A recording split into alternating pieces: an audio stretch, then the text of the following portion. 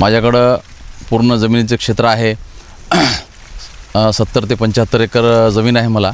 त्यामध्ये ह्यापूर्वी पारंपरिक पद्धतीनं आमच्या शेतीमध्ये आम्ही सोयाबीन, तूर, कापूस अशा प्रकारचे काही भागातल्या जमिनीमध्ये पिकं घेत होतो आणि काही भागामध्ये माझ्याकडे एक 25 एकर हॉर्टिकल्चर डेव्हलप झालेलं आहे। त्यामध्ये 600 आंबा, 300 जांभूळ आणि 300 संत्रा, 100 चिक्कू अशा प्रकारची फळबाग आहे। पारंपरिक पद्धतीनं शेती करत असताना मला जे उत्पन्न येत होतं ते उत्पन्न खर्चास जेमतेम परवडेल ह्या पद्धतीचं होतं, परंतु जेव्हा पाटील बायोटेकच्या बाबतीमध्ये मी ऐकलं तेव्हा मी हळदीचा प्लॉट लावण्यासाठी त्यांना विचारणा केली व त्यांच्या मार्गदर्शनानुसार मी या ठिकाणी हळदीचा प्लॉट घेतलेला आहे। आज या हळदीच्या प्लॉटमध्ये माझ्या शेतावर पीक पाहणी आणि चर्चासत्राचा कार्यक्रम ठेवण्यात आला होता। ह्यामध्ये काही हळदीचे गड्डे काढले होते। ह्या हळदीच्या गड्ड्याचे ॲक्च्युअली मलासुद्धा वजन माहिती नव्हते की एवढं जास्त वजन असेल म्हणून। हळदीच्या लागवडीच्या नंतर साधारणतः 2 महिन्यांनी मी पाटील बायोटेकचं टेक्नॉलॉजी अडॉप्ट केली। त्यामध्ये मी 2 महिन्यानंतरचे जे पाटील बायोटेकचे डोस आहेत ते डोस द्यायला सुरुवात केली। सुरुवातीचा जो बेसल डोस होता व अगोदरच्या ज्या ड्रिंचिंग वगैरे होत्या त्या मी पाटील बायोटेकच्या केल्या नाहीत, परंतु त्यानंतर जे मी पाटील बायोटेकचं तंत्रज्ञान अवलंबणं चालू केलं त्यानंतर माझ्या हळदीचा प्रोग्रेस एवढा चांगला होता की परिसरातील सर्व शेतकऱ्यांच्या हळदीवर ज्यांनी पाटील बायोटेक्स केलेले नाहीत किंवा कुठल्याही तंत्रज्ञानाने त्यांनी लागवड केलेली नाही अशा प्रत्येक शेतकऱ्याच्या शेतामध्ये 75 ते 90% करपा रोग पडून त्यांची हळद डॅमेज झाली। आणि आज माझी हळद जी उभी आहे, ज्या हळदीला हिरव्या रंगाचा कलर आहे, असल्या प्रकारचा कलर कुठल्याही शेतकऱ्याच्या हळदीवर आत्ता सध्या शिल्लक राहिला नाही। सर्व लोकांच्या हळदी ह्या त्या करपा रोगाने ग्रस्त होऊन पूर्ण हळदी ह्या बसून गेलेल्या आहेत। 2 महिन्याच्या नंतर पहिला डोस हा मी पाटील बायोटेकचा दिला। त्यामध्ये 2 पोते DAP, 2 पोते पोटॅश आणि 1 पोते युरिया आणि त्याच्यासोबत ह्युमॉल, कॅलनेट आणि रिलीजर हे 3 प्रॉडक्ट जे पाटील बायोटेकचे आहेत ते त्यामध्ये मिक्स करून ते खतं मी जमिनीमध्ये न देता जमिनीच्या वर त्या खताची धार टाकली, तरीसुद्धा ते खतं या हळदीला अत्यंत पोषक अशा प्रकारचे ठरले। त्यानंतर ज्या ड्रिंचिंग केल्या ह्या ड्रिंचिंग ॲक्च्युअली पाटील बायोटेकच्या 7 ते 8 ड्रिंचिंग करावं लागत असतात। 2 ड्रिंचिंग माझ्या हातातून गेल्या तेव्हा मी 5 ड्रिंचिंग पाटील बायोटेकच्या केल्या। त्यामध्ये ह्युमॉल, कॅलनेट व रिलीजर हे तिन्ही त्यांचे प्रॉडक्ट वापरले। अतिशय सुंदर प्रकारचा रिझल्ट असा ह्या त्यांच्या प्रॉडक्टने मला मिळाला। यामध्ये ड्रिंचिंग करण्याचे 2-3 प्रकार आहेत। ज्यांच्या शेतामध्ये ड्रीप केलेली आहे, ठिबक केलेली आहे, त्यांना ठिबकद्वारे सुद्धा ड्रिंचिंग करता येते। ज्यांच्याकडं ठिबक केलेलं नाही ते साध्या पंपाद्वारे पाण्याची धार टाकून दोन्ही ओळीच्या मधामध्ये त्याला ड्रिंचिंग करता येते। पाटील बायोटेकच्या तंत्रज्ञानामुळे माझ्या हळदीचं जे कंद वाढण्याचं प्रमाण आहे, मूळ वाढण्याचं प्रमाण आहे, अतिशय सुंदर होतं। हळदीचा एका झाडाचा जो गड्डा होता तो एका झाडाचा माझ्या हळदीचा गड्डा किमान 3 किलोचा आहे आणि हळदीच्या शेंगांची जी जाडी आहे ती अत्यंत सुंदर अशी उल्लेखनीय आहे। तसेच हळदीचे पानं जे आहेत पानाची जाडीसुद्धा एकदम चांगली आहे। पानाची जाडी चांगली असल्यामुळे जेवढी पानाची जाडी चांगली असेल तेवढं अन्नद्रव्य मुळापर्यंत पोहोचण्याची क्षमता झाडामध्ये जास्त असे। अशा प्रकारे मलासुद्धा 35 ते 38 क्विंटलचं एकरी वाळून उत्पन्न मिळवण्याची ह्या ठिकाणी ह्या प्लॉटमधून अपेक्षा आहे। हळद पिकवणाऱ्या सर्व शेतकरी बंधूंना मला एक सांगायचं आहे की आज हळदीचे भाव एकदम गगनाला टेकलेले असताना आपल्याला हळदीचं उत्पन्न थोडंफार कमी मिळालं तरी चालेल, परंतु हळदीचे भाव 5,000 रुपये जरी झाले तरी शेतकऱ्याला हळद हे पीक परवडेल। तुम्ही पाटील बायोटेकच्या टेक्नॉलॉजीने हळद जर घेतली आणि जर तुम्हाला 30 ते 35 क्विंटलच्या दरम्यान जर उत्पन्न मिळालं तर 5,000 रुपये जरी भाव असेल तरी जर तुमचं उत्पन्न 1.5 लाख रुपये झालं तर तुम्ही पूर्ण ठिबक आणि इतर मजुरीच्या खर्चासहित सर्व खर्च जर 50,000 रुपये काढला तर एकरी 1 ते 1.25 लाख रुपये उत्पन्न तुम्हाला ह्या तंत्रज्ञानातून मिळेल। पाटील बायोटेकच्या तंत्रानुसार मी जेव्हा हळदीचं पीक घेतलं तेव्हा खर्चाचा जर हिशोब लावायचा असेल तर पाटील बायोटेकच्या तंत्रज्ञानाचा खर्च मला एकूण 11,000 रुपये आला व इतर खताचा आणि खत मजूर वगैरे इतर व्यवस्थापनाचा असा सगळा मिळून मला एकरी 25,000 रुपये खर्च आला। मला अपेक्षित उत्पन्न असं आहे की मला एकरी 35 क्विंटल वाळून जर हळद झाली आणि मला किमान 16,000 रुपये जरी भाव भेटला तरी मला 16,000 रुपये भावाच्या हिशोबाने 5 ते 5.25 लाख रुपयाचं उत्पन्न होईल आणि माझा खर्च राहील नियर अबाउट एक 35 ते 40,000 रुपये खर्च राहील एकरी माझा। मी लहानपणापासून शेती करतो। माझी अशी 25 एकर शेती आहे। ऊस आणि हळद आणि केळी। ऊसाला पण वापरलं 30 गुंठे रान होतं ऊसाचं। 30 गुंठ्यामध्ये 60 टन ऊस झाला पाटील बायोटेकमुळं। तर ते बघून मी काय केलं, हळदीवर पुन्हा पाटील बायोटेक वापरलं आहे.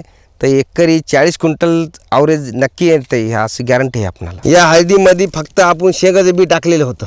शेंगाच्या बियाला इतके फुटे झाले की 7-8 फुटे झाले. याच्यापासून एवढी फणी तयार झालेली आहे. पाटील बायोटेकनं जे डोसेस दिले होते ते आम्ही पूर्ण याला वापरल्या, त्याच्यापासून हे एवढं उत्पन्न वाढलं. आता घेणार पपई, केळी, ऊस आणि हळद. इतर शेतकऱ्याला बरेच आमच्या इथं आता ते आपलं पाहून बरेच शेतकरी करण्याच्या मागं आहेत. मी पाटील बायोटेकचं तंत्रज्ञान 20 गुंठेच वापरलेलं आहे आणि त्याचा मला फारच फरक जाणवला आहे. आणि पुढच्या वर्षी मी माझ्याकडे 2 एकर हळद असती तर 2 एकरला 2 एकर वापरणार आहे. माझ्या 1.5 एकरमध्ये हळदीचा आणि 20 गुंठे जे पाटील बायोटेकचं वापरलेलं आहे त्या हळदीमध्ये बराच फरक जाणवलेला आहे. आता जी 1.5 एकरमध्ये जी फणी निघत आहे ती फक्त 1 किलोची आहे आणि जी पाटील बायोटेकची आहे ती 2 ते 2.5 किलोची फणी निघत आहे. हा फरक मला पाटील बायोटेक आणि साध्या तंत्रज्ञानाचा जाणवलेला आहे. मी जवळजवळ 25 वर्षापासून शेती करतो. शेती हा परंपरागत व्यवसाय आहे. माझ्याकडे 20 एकर बागायती शेती आहे आणि त्यामध्ये पारंपरिक पद्धतीनं पूर्वीपासूनच हळद, कापूस, केळी, ऊस ही पिके आम्ही घेतो. यावर्षी आम्ही हळद आणि कापूस या पिकावर 3-3 एकर क्षेत्रावर प्रत्येकी पाटील बायोटेक या तंत्रज्ञानाचा वापर करून हळदीची लागवड केली. पारंपरिक पद्धतीपेक्षा सर्व खर्च जरी आपण समाविष्ट केला पाटील बायोटेक तंत्रज्ञान आणि खत, तर जवळपास आम्हाला 10,000 रुपये एकरी खर्च हा अतिरिक्त खर्च आलेला आहे. उत्पन्न म्हणाल तर पारंपरिक पद्धतीनं आमचं 10-12 क्विंटलच्या वर पक्क्या हळदीचं कधी उत्पन्न झालेलं नाही. आता आपण हे जे प्लॉट पाहता तर आम्हाला 30 क्विंटलचं उत्पन्न अपेक्षित आहे. लागवडीच्या 1 महिन्यापूर्वी म्हणजे हे बेड जे आपण पाहता ते मारण्याच्या अगोदर बेसिक डोस हा रासायनिक खतं आणि पाटील बायोटेकची जी सप्लिमेंटरी खतं आहेत ह्युमाल, कॅलनेट आणि रिलीजर हे मिसळून त्याच्यामध्ये बेसिक डोस दिले. आपण जे पीक घेतो तो सरी मारून त्याच्यामध्ये टाकून त्याच्यामध्ये उगवणसुद्धा म्हणजे जमिनीत खोल गेल्यामुळं उगवणसुद्धा त्याची बरोबर होत नव्हती. आता आपण हा पाहिले की याची लांबी चांगली आहे आणि गड्ड्याची साईजसुद्धा चांगली आहे. कमीत कमी आता हा 1.5 किलो होईल असं मला वाटते. अजून याला वेळ आहे 1 महिना काढायला.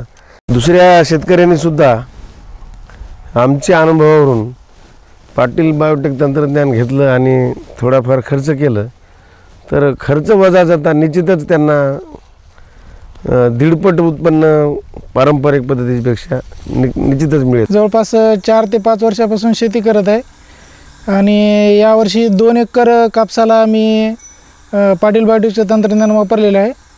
उन्हाळ्यामध्ये आम्ही मे महिन्यामध्ये हळदीचा पहिला डोस, कापसाचा पहिला डोस टाकलेला आहे.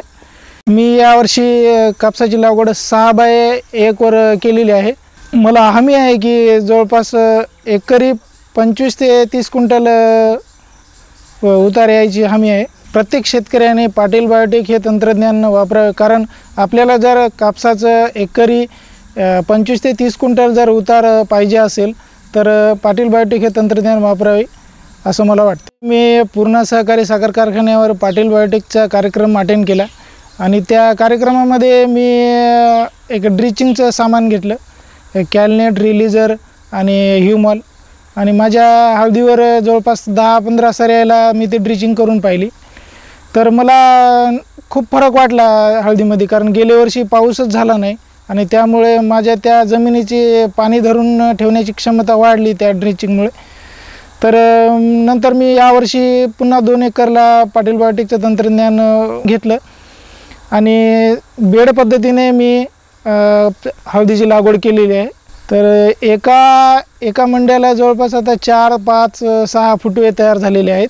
फवारणीमध्ये हमेशा राऊतसाहेब सांगत आले की ह्युमॉल वापरा. ह्युमॉलमुळे हळदीचं पान हे जाड होते आणि त्याला रोगप्रतिकारक शक्ती जास्त असते. दरवर्षीपेक्षा यावर्षी मला हळदीचं उत्पन्न जास्तीत जास्त होण्याची हमी आहे. कारण हळद गेल्या वर्षीपेक्षा चांगल्या स्थितीमध्ये सध्या आहे. आणि मी असं प्रत्येक शेतकऱ्याला आवाहन करतो की त्यांनी पाटील बायोटेकचे तंत्रज्ञान जरूर वापरावे आणि बेड पद्धतीने हळद